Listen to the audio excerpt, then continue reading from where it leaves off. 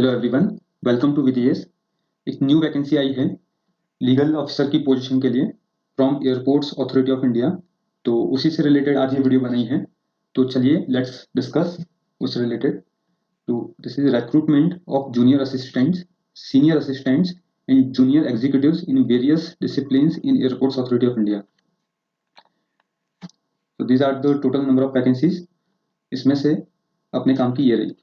सो junior executive law total vacancies है 18। इसमें से जनरल कैटेगरी की है 10 वैकेंसीज, ईडब्ल्यू 1 है, ओबीसी नॉन क्रीम लेयर की 4 है, एससी और एसटी की 2 and 1 वैकेंसी है। तो काफी अच्छी वैकेंसीज है एयरपोर्ट्स अथॉरिटी ऑफ इंडिया की तरफ से। आगे देख लेते हैं अपने काम की चीज क्या है। और so coming to qualification and experience, तो फॉर जूनियर एग्जीक्यूटिव लॉ आपको इसमें 3 इयर्स की रेगुलर कोर्स की डिग्री है आपकी, या फिर 5 इयर्स की जो आपकी बीए एलएलबी बीकॉम एलएलबी जो भी आपका इंटीग्रेटेड कोर्स है वो दोनों भी आपके लिए इसमें इनफ है as a qualification. And there is no experience required. आप देख सकते हैं no post qualification experience is required. तो अगर आप फ्रेशर है तो ये आपके लिए वैकेंसी बहुत ही अच्छी है, आप इसमें बिल्कुल अप्लाई कर सकते हैं, कोई दिक्कत वाली बात नहीं है। एंड एक और डाउट आता है स्टूडेंट्स की तरफ से, कैंडिडेट्स की तरफ से, कि इसमें लिखा हुआ है candidates should be eligible to get himself enrolled as an advocate in bar council of India to do practice in courts in India. तो एक क्वेश्चन आया था मुझे कि क्या आपको रजिस्ट्रेशन करवाना कंपलसरी है।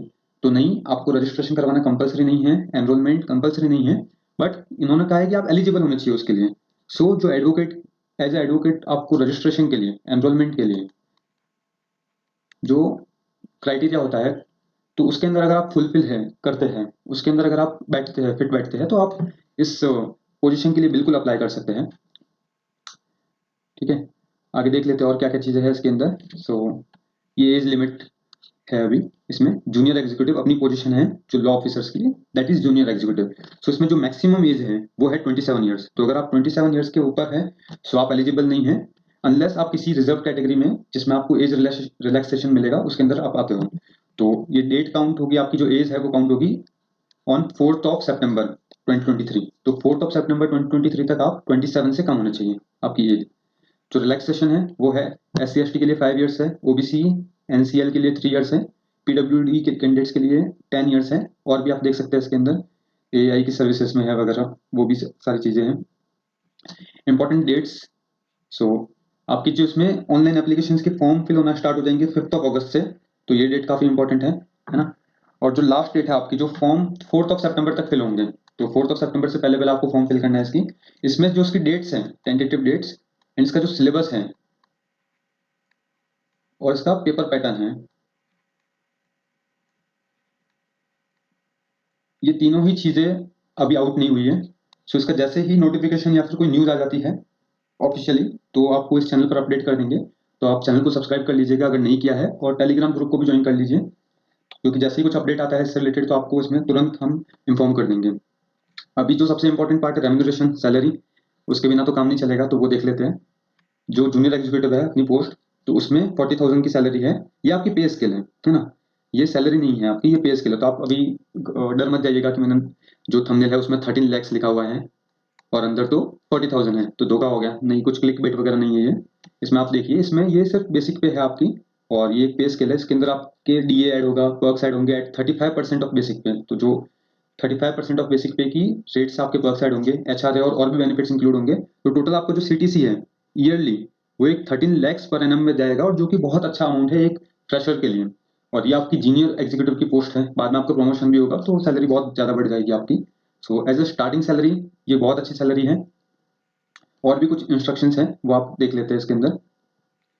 जो आपका ओबीसी का सर्टिफिकेट है तो वो आपका फाइनेंशियल ईयर 2023-24 के अंदर आपने बनवाया हुआ होना चाहिए। तो इसका मतलब है कि आपको 1st of April के बाद का ये चाहिए, जो आपका सर्टिफिकेट है ओबीसी एनसीएल का, वो 1st of April के बाद आपने इसको वो किया होना चाहिए, बनवाया होना चाहिए। आगे चलते हैं, सिलेक्शन प्रोसेस। तो इसके बारे में बहुत डिटेल में नहीं लिखा हुआ, लेकिन इतना लिखा हुआ है कि आपका एक एग्जाम होगा, ऑब्जेक्टिव टेस्ट होगा, और वो ऑब्जेक्टिव टेस्ट होने के बाद अकॉर्डिंग टू दिस नोटिफिकेशन आपका कोई इंटरव्यू नहीं होगा। बाद में अगर कुछ चेंजेस होते तो मैं जरूर आपके साथ शेयर करूंगा, but according to this notification आपका सब एक ऑब्जेक्टिव टेस्ट होगा और उसके अकॉर्डिंग ही आपका फाइनल सिलेक्शन होगा। तो एक बहुत ही अच्छी अपॉर्चुनिटी आपके पास कि आप इस एग्जाम के लिए प्रिपरेशन स्टार्ट कर सकते हैं। जैसे ही इसका सिलेबस और कुछ भी इसके अंदर न्यूज़ आती है, कुछ इसमें ऑफिशियल नोटिफिकेशन आता है, आपको तुरंत बता देंगे हम इस चैनल के ऊपर। और प्रिपरेशन कैसी करनी है उसकी पूरी, आपका किस तरीके से इस बार आप फाइनल सिलेक्शन ले पाए, इस जॉब को आप फैच कर पाए, वो भी आपको पूरा इस चैनल पर गाइडेंस मिल जाएगी। तो आप सब्सक्राइब कर लीजिए चैनल को और टेलीग्राम ग्रुप में भी ऐड हो जाइए। और भी कुछ आपको डाउट हो तो आप मुझे पूछ सकते हैं कमेंट सेक्शन में, और टेलीग्राम ग्रुप में भी आप पूछ सकते हैं। Okay, thank you for watching.